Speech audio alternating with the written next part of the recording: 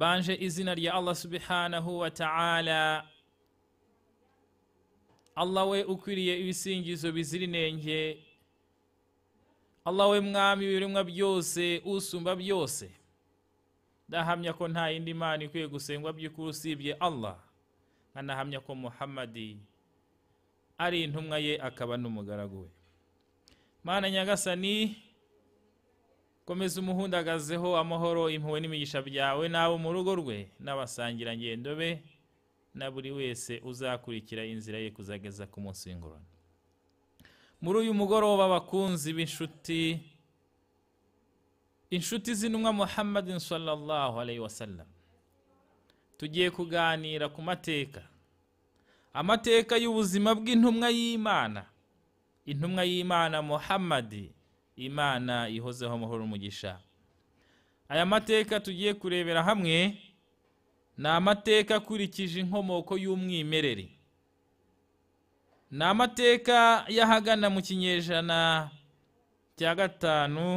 cya gatandatu gusaga mu cya karindwi, amateka ya Maka na Madina, amateka y'umwiza mu biremwa by'Imana Muhammadi, umuhungu wa Abdallah mwene Abdi Mutalibi mwene Hashim wa Abdi Mnafi mwene Kusayi mwene Kilabi mwene Murra mwene Ka'bi mwene Lu'ay wa Ghalib mwene Fahari wa Malik mwene Nadra mwene Kinana mwene Khuzaima wa Mudrika wa Ilyas wa Mudari wa Nizari mwene Madi wa Adnan. Kugeza aho ngaho abamenyi bemeranywa kuri icyo gisekuru cy'intumwa Muhammadin sallallahu alaihi wasallam, nkuko twayibonye mu isomo ryacu rya mbere,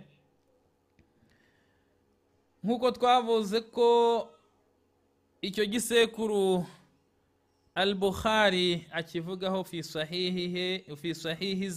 muri sahihize, ari nacyo cyemeranyuje hagati y'abamenyi, ndetse ibindi bisekuru bikurikiyeho kugeza kuri Adamu bikaba bitavugwaho rumwe, bitewe nuko nta kirimo abantu bakwiriye kugenderaho gifite inkuru z'impamo. Gusa abamenyi bemeranya ko nta gushidikanya ko Adinani ari umwe mu rubyaro rwa Ismaili mwene Abrahamu alayhi salam. Twabonye kandi ko ba nyirarume b'intumwa Muhammadin sallallahu alaihi wasallam bakomoka muri bene Zuhura,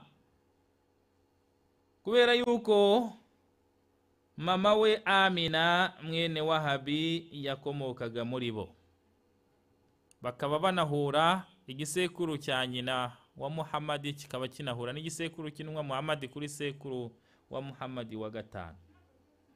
Allah subhanahu wa ta'ala yashatse ko Muhammadi aturuka mu muryango ukomeye, ibyo twari twabibonye, ndetse na Abu Sufyan lam yastati' ntiyigeze ashobora an yunkira ulu wasmu nasabi Muhammadin sallallahu alaihi wasallam. Abu Sufyan yigeze abasha guhakana igisekuru cy'intumwa Muhammadin sallallahu alaihi wasallam. Bamubajije ibyerekeranye na Muhammadi, yaravuze ati huwa fina dhu nasabi, avuze ati adukomokamo kandi ni umuntu ukomoka mu gisekuru cyubashywe. Ibi bikaba Imana yarabikoze gutya kugira ngo abantu batazahakana ubutumwa bw'intumwa Muhammadin sallallahu alaihi wasallam bitwaje ko wenda yaba yaravuze ubutumwa ashaka kugira ngo ahindure ubuzima. Ibi rero bitujyana mu kumenya neza amateka y'intumwa Muhammad sallallahu alaihi wasallam, Imana ihundagazeho amahoro n'umugisha. الرسول صلى الله عليه وسلم النبي ذو نسب, intumwa ifite amateka. Intumwa ifite iki? Intumwa ifite amateka. Muraza kunyihanganira, iyi connection ndabona irimo kuzana ibintu byo kuvuga ngo ni poor. Nimba ndi buhagarike nkongera nka streaming, I don't know. Network providers baradutenguha nabo rimwe na rimwe. No gukurikirana impamvu network iri kugenda gake. Ko hano ndabona bari kumbwira ngo stream status iri poor. Sinzi rero nimba ubutumwa ndi gutanga buri kugera ku bantu. Reka mbanze numve.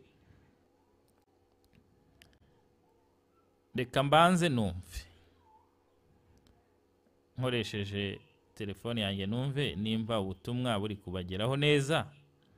Haza kuba ndimo kwigisha meze nkaho ndi kuvomera mu kivu. Reka mbanze numve. Ndumva ubutumwa buri kuza. Mashallah.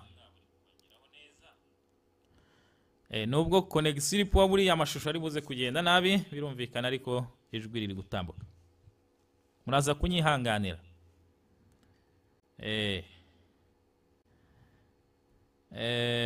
Ubuzima rero bw'intumwa Muhammadi, iyo tuvuga intumwa ni byiza kongeraho ijambo y'Imana, intumwa y'Imana, kuko Muhammad sallallahu alaihi wasallam ni intumwa ya Allah.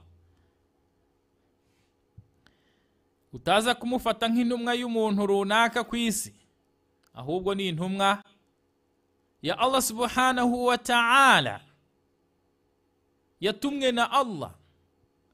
Allah yaramutoranyije mu bindi biremwa, amunyuzaho risala, amunyuzaho ubutumwa bwayo.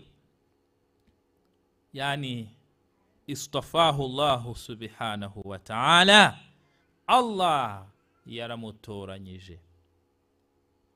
Istafahu min khalqi, Allah yaramutoranyije mu bindi biremwa. Wakhtara wa sha Allahu an yakuna rasuluhu Muhammadin sallallahu alayhi wa sallam akhir rusul ajma'in. Imana mutoranyije kugira ngo aze kuba intumwa ya nyuma isozereje izindi ntumwa zose. Tugiye rero kureba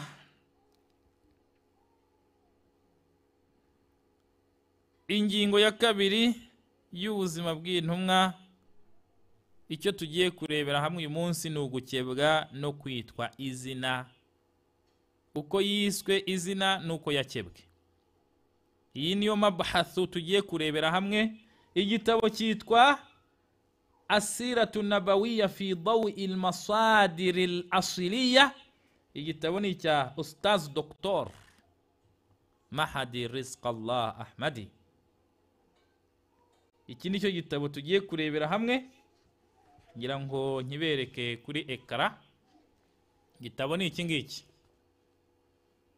ubashije kugihaha cyacapishijwe muri Daru Imamu Dawa Linashri wa Tawzi', ubwo wagihaha. Tugiye rero kureba kuri al-mabhathu thani, cyangwa se ingingo ya kabiri, wa huwa al-khitan wa tasmiya. Ingingo Ustaz Dr.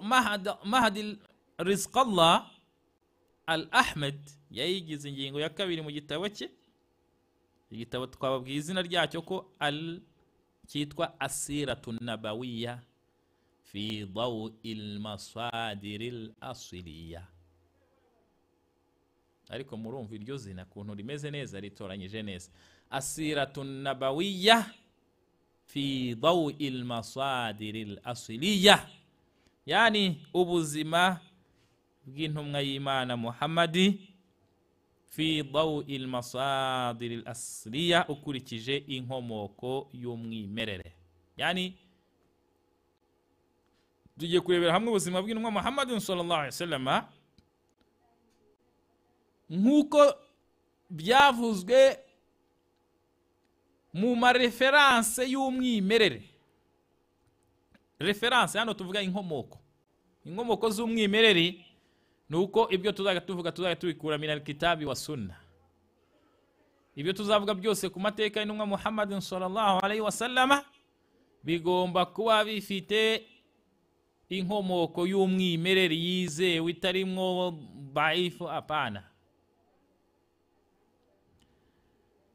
Aha, ingingo rero ya kabiri, gukebwa no kwitwa izina.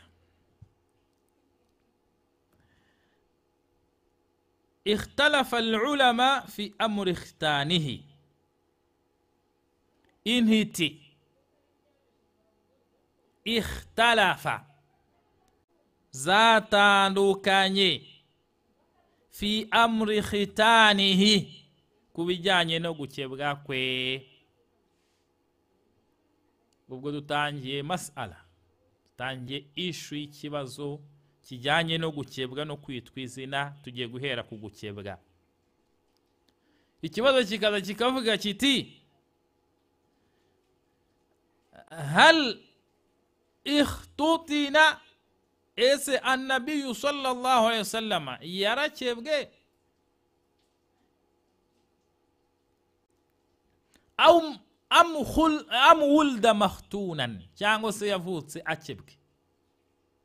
Yaba yarakebwe cyangwa se yaba yaravutse akebwe? Iyi ni masala, it's an issue. This is a problem that you are going to find its solution in this time. Muri uyu mwanya tugiye kureba kuri iki kibazo, tugishakire ibisubizo. Muze kubana natwe. Abatarakanda subscribe, mutegereje iki ko murimwo muracikwa?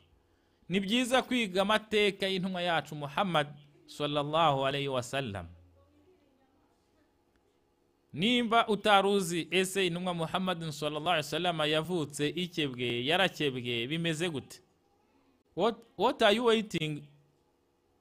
Utegereje iki gukanda subscribe? First of all, subscribe.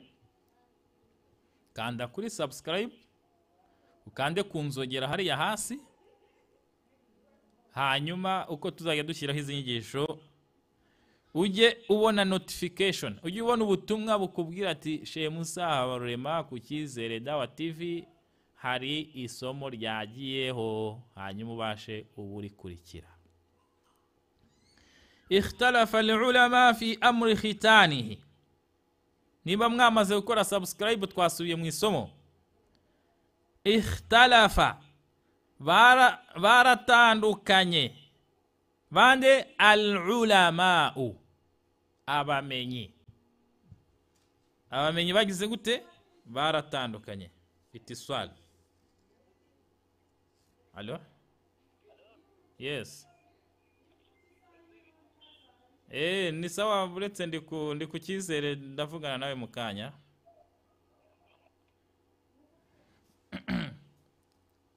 طيب العلماء اختلف abamenyi baratandukanye fi makhtalaf, batandukanye mu biki?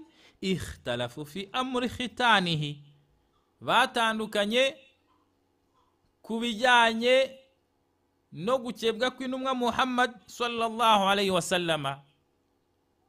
Faminhum man qala innahu wulida makhtunan, hari abavuze ko, bamwe muri bo bavuze ko yavutse akebwe. Faminhum man qala, muri bo, faminhum, among the eminent scholars, bamwe mu bamenyi mu ntiti, qala, they have said, baravuze bati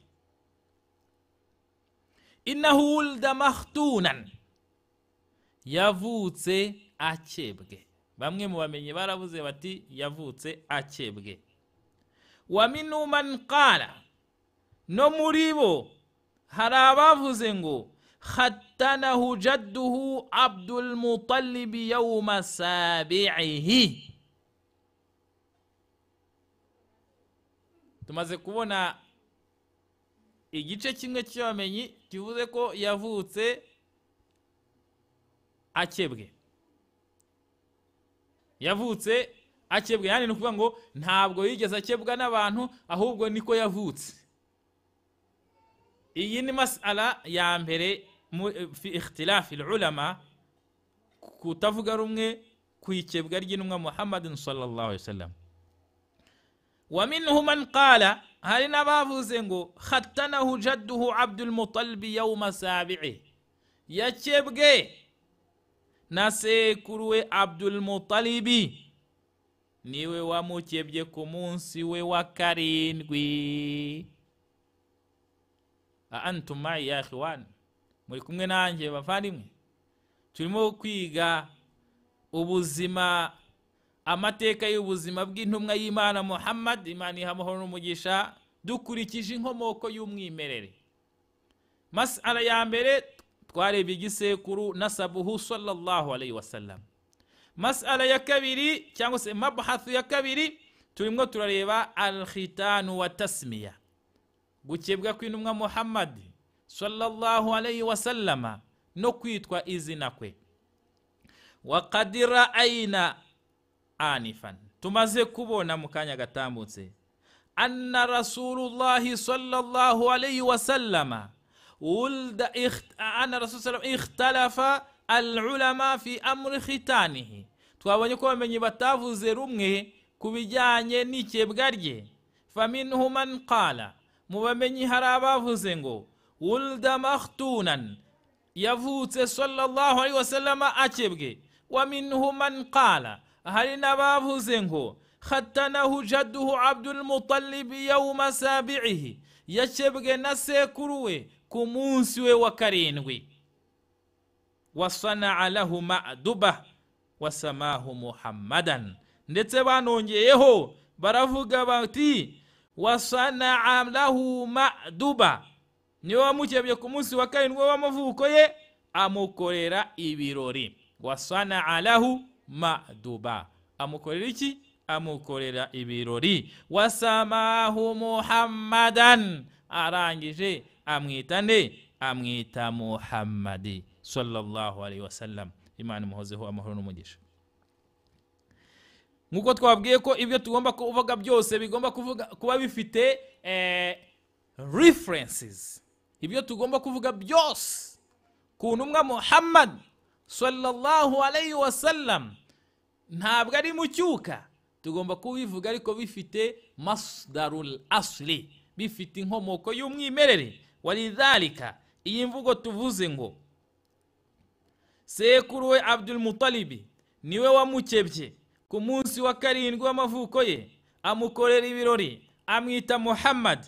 iyi mvugo Al-Walid mwene Muslim muri sinadi ye cyangwa se mu ijambo rye yitirira ko rikomoka kuri Ibn Abbas.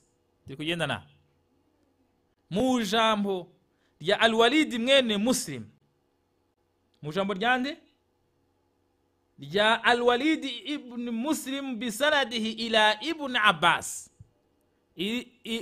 ibi tuvuze byavuzwe na Al-Walid mwene Muslim muri sinadi ye cyangwa mu jambo rye, yavuze yitiriye ko rikomoka kuri Ibn Abbas, kama naqalahu anhu adh-Dhahabi fi tarikh al-Islam. nanone ibi tuvuze abikomo adh-Dhahabi abimukomoraho, yani adh-Dhahabi abikomora kuri nde? abikomora kuri Al-Walid mwene Muslim, Al-Walid ibn Muslim. Dhahabi naqala an Al-Walid ibn Muslim. Dhahabi nawe abikomora kuri Al-Walid mwene Al-Muslim mu gitabo cye yise fi tarikh al-Islam, mu gitabo yise al-Islam, amateka y'iki? tarikh al-Islam. mu gitabo yise iki? amateka y'Uwislam, muri tarikh al-Islam. asira urupapuro rwa 27. Adh-Dhahabi aravuga ati, muri icyo gitabo cyitwa tarikh al-Islam, Adh-Dhahabi aravuga ati, mu by'ukuri ibi nibyo bikwiye kuruta ibyo Ibn Sa'd yavuze. ibi nibyo bikwiye kuruta ibyo Ibn Saadi yavuze. Abyitirira Al-Abbas, Imana imwishimire, avuga ko yavutse asilamuye yishimye. انظر إن هذا أصح مما رواه ابن سعد بإسناد إلى العباس رضي الله عنه من أنه ولد مختونا مسرورا.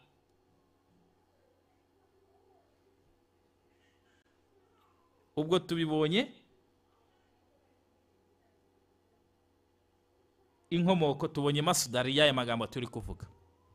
Mas'ari mezite bagaragu witeka. Twongeye tugaruke, turi kureba mabhasu thani, ingingo ya kabiri ivuga ku mateka y'intumwa Muhammad sallallahu alayhi wa sallama.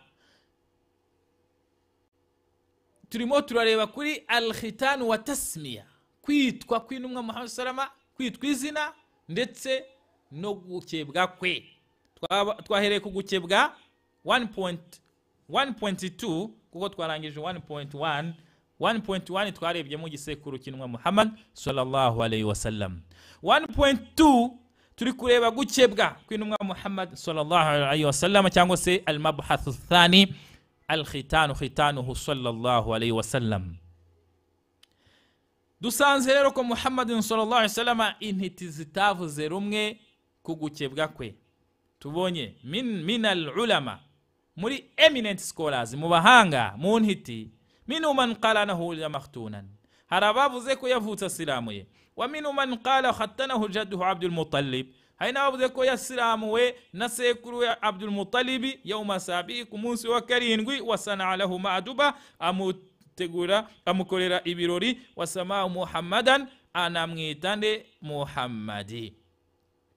Tugeze aho ngaho turahagaze tureba icyo abamenyi babivugaho, nako tureba ba reference. Tumaze kubona reference, dusanze yuko Al-Walid mwene Maslama au Muslim muri sinadiye cyangwa se mu ijambo rye yitirira ko rikomoka kuri Ibn Abbas, nkuko Ibn Adh-Dhahabi abimukomoraho muri Tarikh al-Islami Sira, avuga ngo urupapuro rwa 27 Adh-Dhahabi aravuga ati mu byukuri ibi nibyo bikwiye kuruta ibyo Ibn Saadi yavuze, abyitirira Al-Abbasi, Imana imwishimire, avuga ko yavutse asilamuye yishimye.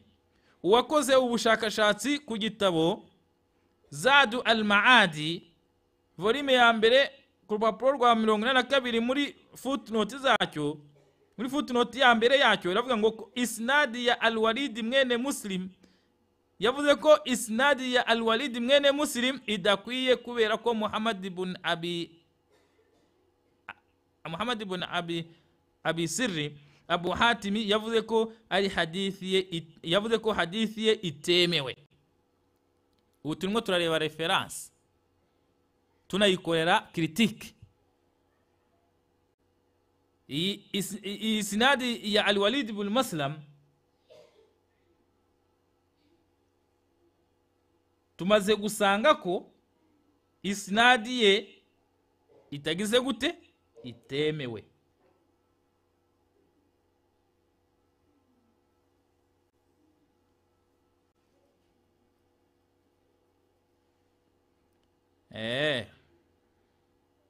Isnadi ni ikwiye kubera iki? Kubera ko Muhammad ibn Abi Sirri Abu Hatim yavuze ko ari hadithi, yavuze ko hadithi ye itemewe, kandi Ibn Adi yavuze ko afite amakosa menshi. Al-Walid mwene Muslimu yagiye ahisha isnadi y'abakiriye hadithi, yani ni kuvuga ngo Al-Walid ibn Muslim yari mudallisu, yani mu byagiye yagiye avuga ashyiramo anan, ahisha, yagiye mudallisu. Mudallisu ni umuntu uhisha abo yagiye kuraho izi narration, akabahisha bitewe nuko bagiye bafite inenge, agakuramo umuntu kubera yuko yavuzweho inenge akamukuramo. Bityo rero iyi sinadi ye ntabwo yemewe. Bagaragu witeka turi kugenda twiga amateka y'intumwa Muhammad sallallahu alayhi wa sallam, tureba isnadi as-sahiha, imvugo y'ukuri. Bityo rero iyi mvugo ivuga ngo sekuru we Abdul Muttalib niwe wamukebye ku munsi wa karindwi w'amavuko ye, amukorera ibirore, amwita Muhammadi. Iyi mvugo ni ya Al-Walid mwene Muslim muri isnadi ye, cyangwa ijambo yitirira ko rikomoka kuri Ibn Abbas nk'uko Adhaba bimukomoraho muri Tarikh al-Islam urupapuro rwa 27. Adhaba aravuga ati mu by'ukuri ibi nibyo bikwiye kuruta ibyo Ibn Sa'd yavuze abyitira Al-Abbas, Imana imwishimire, avuga ko yavutse asilamuye yishimye. Uwakoze ubushakashatsi ku gitabo Zad al-Ma'ad volume ya mbere page ya 82 muri footnote ya mbere avuga ko isnadi ya Al-Walid mwene Muslim idakwiye kubera ko Muhammad ibn Abi Sirri Abu Hatim yavuze ko ari hadithi ye, yavuze ko hadithi ye itemewe, kandi Ibn Adi yavuze ko afite amakosa menshi. Al-Walid mwene Muslim yagiye ahisha isnadi y'abakiriye hadith, yani kuvuga ngo yari mudallisu, kandi yagiye akora ibyo twita anana. Ku bantu biga mustalahul hadith bari kumva ibyo ndi gushaka kuvuga. Dukomeje rero, والذي رجحه بعض العلماء القدماء أنه ولد مختونا. tumaze kubona yuko isnadi ya Al-Walid ibn Maslama ivuga ko sekuru Muhammad ariwe wamukebye, yarangiza akamwita izina ku munsi wa karindwi, akanamukorera ibirori, akanamwita Muhammadi. Iyi mvugo ijyanye no gukebwa kw'intumwa Muhammad sallallahu alaihi wasallam na sekuru we ikomoka kuri Al-Walid, kandi twamaze kubona yuko Al-Walid yagiye ari mudallis, yagiye akora anana, ngo yagiye ahisha abantu muri narrations ziwe bitewe niko bagiye baba bafite intege. Bityo rero icyo bamenye, alladhi rajahahu ba'd al-ulama al-qudama, bikaba byaravuzwe na bamwe mu bahanga ba kera ko Rasul sallallahu alaihi wasallam wulda makhtuna, yavutse asiramuye, yavutse akebwe. Yani ntabwo yakebwe na se wabo, ntabwo yakebwe na sekuru, ahubwo yakebwe nande? Yavutse akebwe. Iyi ni masala twabonye hejuru tuvuga ngo ikhtalafa al-ulama fi amri khitanihi, abamenyi ntibavuze rumwe kugukebwa kw'intumwa Muhammad sallallahu alayhi wasallam. Faminhum man qala innahu wulida makhtunan, muri bo hari abavuze ko yavutse akebwe. Wa minhum man qala khattanahu jadduhu Abdul Muttalib, hari n'abavuze yuko yakebwe na sekuru we Abdul Muttalib yawma sabi'a, ku munsi wa karindwi. Wasana alahu ma'duba, amukorera ibirori. Wasama Muhammadan, arangije amwita Muhammad. Iyi mvugo ivuga ko yakebwe ku munsi wa karindwi akanakorerwa ibirori kuri uwo munsi wa karindwi akanitwa Muhammad ni ya Al-Walid ibn Muslim, kandi twabonye ko Al-Walid ibn Muslim afite inenge muri hadithi yagiye agira tadris wakadi anana, akagenda ahisha bamwe mu bamenyi ko inenge zagiye zibavugaragaraho. Bityo rero hadithi ya Al-Walid ibn Muslim nago yemewe. Bityo ubwo turagendana na hadithi alladhi rajahu ba'd al-ulama, yemejwe na bamwe mu bamenyi al-qudama bakera, annahu wulida makhtunan, ivuga ko Rasul sallallahu alaihi yavutse asiramuye cyangwa se akebwe. Wa indama sa'alahu qawmu sababu an raghbati an asma'i ahli baytihi ajabahum annahu yuridu an yahmadahu an yahmadahu Allahu fi as-sama' wa yahmaduhu khalquhu fil ard. Ubwo tugeze mas'ala ya khtani turayirangije. The problem, ikibazo kiri related no gusiramurwa cyangwa se no gukebwa twagisoje, twakibonye ko gifite imvugo ebyiri. Imvugo ya mbere nuko Rasul salama yavutse akebwe, iya kabiri nuko yakebwe ku munsi wa karindwi akebwa na sekuru we, aramukorera ibirori, anamwita izina Muhammad. Nubwo iyo mvugo twabonye ko idafite imbaraga kubera yuko harimo wita Al-Walid ibn Muslim, kandi Al-Walid ibn Muslim twasanze yuko huwa mudallis wa kad anana. Ubwo iyo mvugo twayisoje. Someone is calling me but I will not going to reply so that I cannot interrupt me. Tugarutse rero ku kivuga kubijyanye na n'imvugo ubwo du selectinze twemeje ni yuko رجح بعض العلماء القدماء أنه ولد مختونا. twemejwe ko Muhammad sallallahu yavutse asilamuwe nako yavutse kebwe. Ibi bikaba nabyo bamwe mu bamenyi bo hambere bagendeyeho, ariko bigeze kuri mas'ala yo kwitwa izina. Wa indama sa'alahu qawmuhu sababu ar-raghbati an asma'i ahl baytihi, amaze kwitwa izina sallallahu alayhi wasallam, sekuru we yamwise izina Muhammadi, ngo bamubajije igihe abantu be bamubazaga impamvu yaretse kumwita amazina y'umuryango we.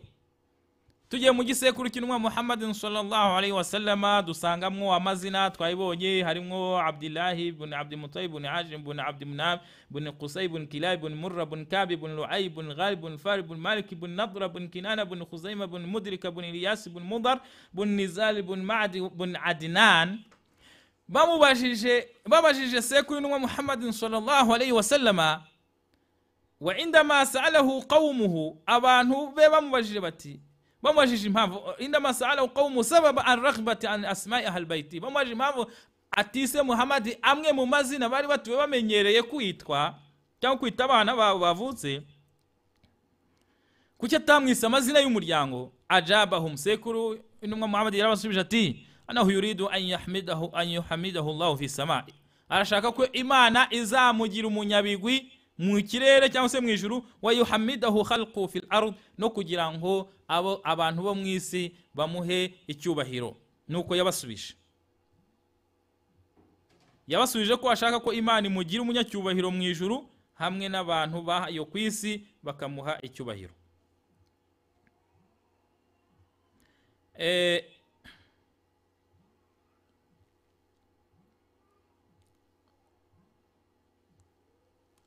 Hari ndivugo nanone ivuga ku ikebwa rye. Abu Na'um mu gitabo cye yise Ad-Dalailu yavuze ko, ni volume ya mbere urupapuro rwa 54, yavuze ko imvugo y'intumwa aho yavuze iti icyubahiro cyanjye nke afwan. Abu Na'um mu gitabo cye yise Ad-Dalail yavuze ko imvugo y'intumwa aho intumwa y'Imana ubwo yivugiye iti, icyubahiro cyanjye nkesha Nyagasani nuko navutse nkebwe, ntihagira ubona ubwambure bwanjye. Al-muhaqqiqan bavuze aya magambo, ndetse n'uwitwa At-Tabarani iyi mvugo yayisohoye mu gitabo cye Al-Awsat.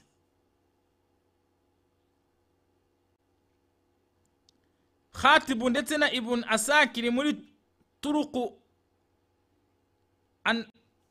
Anasi, ndetse na Adiya mu gitabo Al-Mukhtar avuga ko iyi hadithi ari sahih.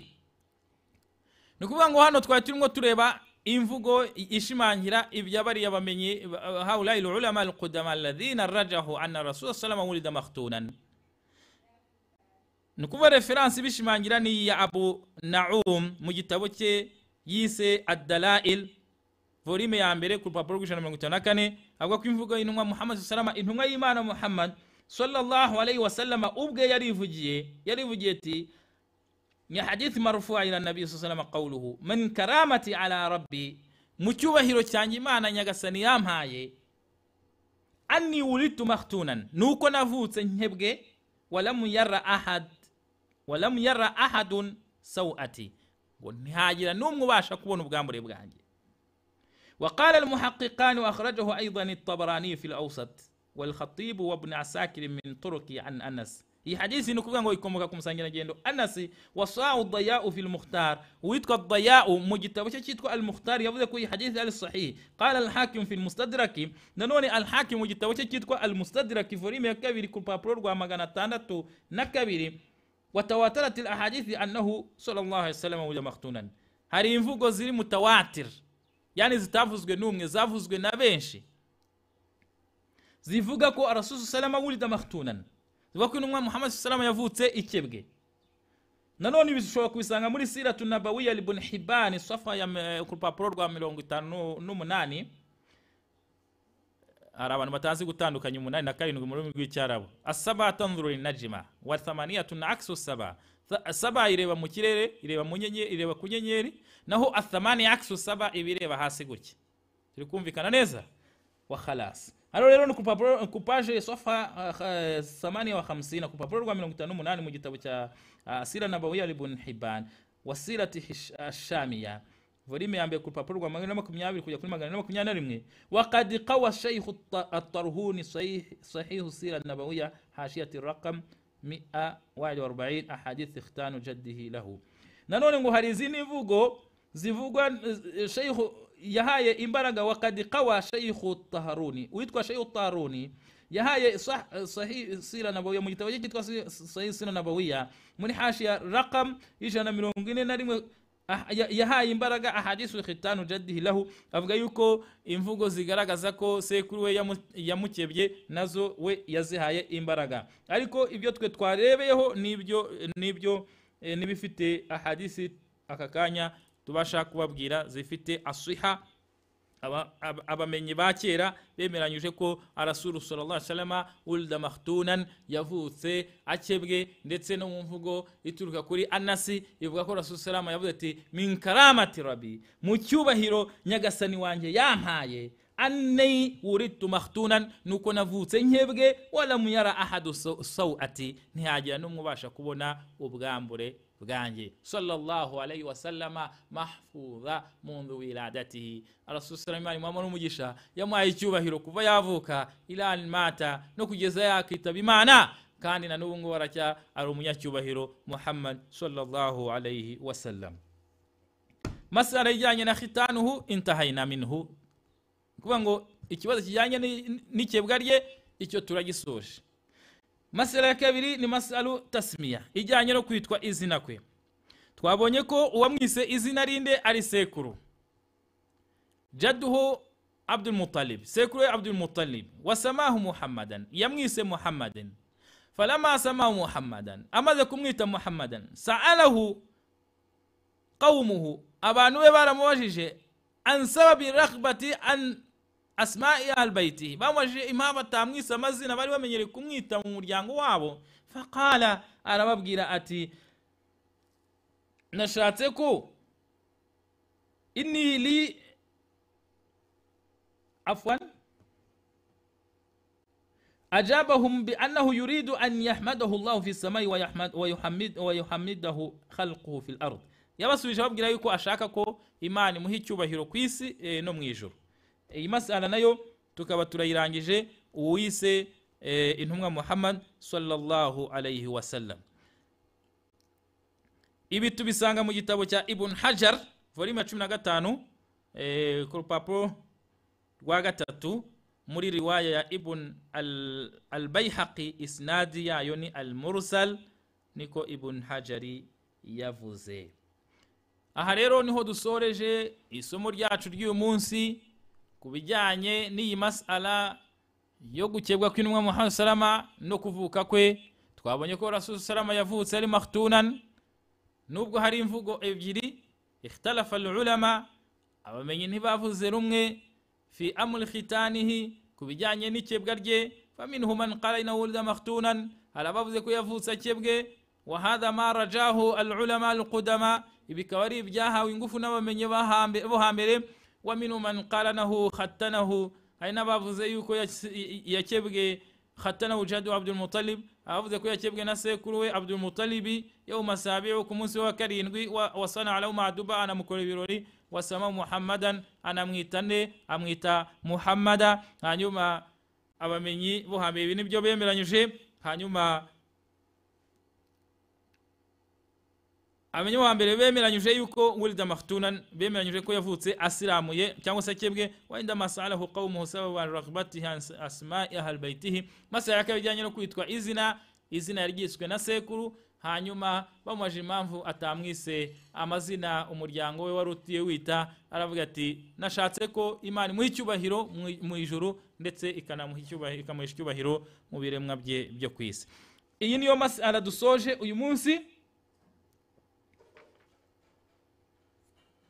tuvuzeho uyu munsi, wasanastamir, tuzakomeza kuri iyi mas'ala. Ntago dushatse kuvuga byinshi kugira ngo bitarambirana.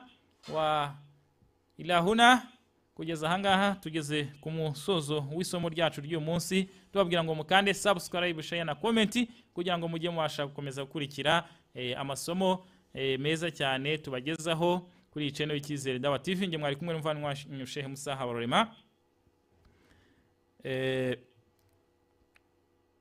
Bagezaho amasomo agiye atandukanye, bagezaho amasomo muri tauhidi, bagezaho amasomo muri tafsir al-Quran, bagezaho amasomo ajyanye na zikiri. Mukore subscribe rero mujye mubasha gukurikirana izi nyigisho. Ikindi kandi mu supporting Icyizere Dawa TV. Mu gusoza reka mbabwire iyi aya iboneka muri sura ya 9 aya 60. Imana yavuga ati inama sadaqatu lil fuqara wal masakin wal amilin alayha wal mu'allafati qulubuhum wa fi riqabi wal gharimin wa fi sabilillahi wa min sabil wallahu alimun hakimun. Iyi aya ya 60 mu gice cya 9 cya Quran, Imana iravuga ngo mu by'ukuri amaturo yitegeko zaka agenewe abatindi, abakene, abashinzwe iby'amaturo, abo imitima yabo igikundishwa cyangwa se ikundishwa kuyoboka idini ya Islamu, kubohoza abacakara, abaremerewe n'imyenda, abari guharanira inzira ya Allah, bigisha inzira yayo, ndetse n'uri ku rugendo. Abo bose ngo mujye mubaha amaturo. Hanyuma kandi Allah ati niwe nyir'ubugenge buhambaye. Bityo rero Icyizere Dawa TV nimwe mu maceno akora umurimo w'ivugabutumwa. Ayo maturo mujye muyatuyegezaho binyuze muri uriya murongo twabashyiriyeho munsi. Ushobora kureba umurongo uri hano munsi, ushobora gusapotingaho Icyizere Dawa TV kugira ngo gahunda zivugabutumwa zikomeze. Mu by'ukuri ntago dushobora gukomeza gukora umurimo tudashyigikiranye. Bityo rero dushyigikirane mu byiza, mutugezaho izo nkunga zanyu binyuze kuri murongo w'Icyizere Dawa TV. Rero mushobora gushyigikira Icyizere Dawa TV, mukadushyigikira mukoresheje uburyo kanda handitse moa kuri iyi video turimo gukora. Nanone wongere ure munsi hari ahantu hariho utudomo, ukanda handitse moa, ureba ahantu hari link y'ubururu, uyikandeho. Iyo link y'ubururu irakubwira ngo noneho andika amazina yawe, aho uherereye, intara, akarere, umurenge n'umudugudu, akagari n'umudugudu, nurangiza utubwire inkunga yawe wadushyigikira. Hari 10,000, hari 20 buri kwezi, cyangwa se hari kugena yo wumva ushoboye bijyanye n'ubushobozi bwawe. Ni ugushyigikira. Inkunga yose watanga ushyigikira Icyizere Dawa TV izatugeraho. Kuyitugezaho rero ukanda akanyenyeri 142 akanyenyeri 8 akanyenyeri 1 akanyenyeri 01 64 98 urwego, ugakurikiza amabwiriza. Aho ni kuri bakoresha mobile money. Abari hanze ushobora gukoresha Swift code ya Eco rwa, hanyuma ugashyiraho zira nimero 68 23 205715 konte iri muri Ecobank, ugaduha izo nkunga zawe zikatugeraho. Rero Icyizere Dawa TV inshingano zayo nuko tugamije kugira ngo tuzabe televiziyo na radio ikora umurimo w'ivuga butumwa ku mbuga zitandukanye, haba kuri televiziyo, radio n'imbuga nkoranyambaga, kugira ngo rero abantu amamiliyoni azabashe gukurikira umurongo wacu. Nuko mugomba gushyigikira uyu murongo. Twahereye kuri YouTube kuko ari bwo buryo busigaye buriho bworoshye, ariko twifuza ko tuzarenga kuri YouTube, ahubwo tugafungura na televiziyo na radio kugira ngo ivuga butumwa rikorwe kandi rikorwe neza mu buryo bwiza bw'ubuhanga bw'ubumenyi. Ikindi mu ntego dufite ko binyuze kuri uyu murongo w'Icyizere TV nuko duteganya kuzajya dushyigikira abantu mu bibazo bagiye bafite. Hari ibibazo babaza mu dini tukabasubiza. Ikindi duteganya ni ibikorwa bijyanye n'iterambere, nko gufasha mu kuzamura imibereho y'abatishoboye binyuze mu kusanya inkunga igamije gutabarana no gushyigikirana kuzamura imibereho. Ibyo rero nizo ntego z'Icyizere TV, Icyizere Radiant TV, Icyizere Radiant TV, mu yandi magambo Icyizere Dawa TV. Ngaho rero mushyigikire uyu murongo kugira ngo tuzagende turushaho kugera ku iterambere rirambye, kuko ukuboko kumwe ntago kwikomera amashyi, bisaba ngo dufatikanye. Murumva ko intego yacu ari intego zumvikana. Turashaka kuzaba radio na televiziyo ikorera ku mirongo isanzwe. Nimudushyigikira tuzabigeraho, ariko kandi nimutanadushyigikira Imana izadushyigikira biidhnillahi ku bushobozi bwayo, ntabwo izatesha agaciro ivuga butumwa. Bityo rero nizeye ko muzadushyigikira muri izi gahunda zivuga butumwa. Buri gihe uko tuzajya dutanga inyigisho tuzajya tugira umwanya wo kubivugaho, wenda Allah subhanahu wa ta'ala azazana nusra. Hanyuma rero ndagira ngo mbabwire, hari byinshi twakagombye kuba dukora bijyanye n'ibikorwa by'ivuga butumwa, ariko ubushobozi nyine hari aho bisaba amafaranga. Ngubu mbabwira, hari ahantu hari ikibanza gikeneye hafi miliyoni 3, ikibanza kandi gifite square meter hafi 6,000. Hari nk'umuntu ufite ubwo bushobozi akavuga ati iki kibanza ngiye kugigura, ubwo azabafashije cya Cyizere Dawa TV mu kuzamurana no guterana imbere mu byiza. Bari abayisilamu badafite ahantu basalira bakabonye ikibanza, umuterankunga akaza kubaka icyo kibanza. Ibyo ni ibintu byiza cyane. Ubwo rero mushobora kutwandikira ku Cyizere Dawa TV mukoresheje email icyizere.tv@gmail.com, cyangwa se mukatwandikira kuri WhatsApp 0785578801. Ngiye mwari kumwe n'umuvandimwe wanyu Sheikh Musa Habarurema, ni naha nsoreje. Nta bindi biganiro mfite nateganyije byo kuvuga, ahubwo no gusoza nsaba Allah subhanahu wa ta'ala yuko yashyigikira uyu murimo wivuga butumwa kugira ngo gahunda zacu zigende neza mu buryo bushimishije. Allahumma ja'al jama'ana da jama'a marhuma, ja'al tafarruqana ba'da tafarruqa ma'suma. Allahumma inna nas'aluka thabata fil amri wal azimata ala rushd.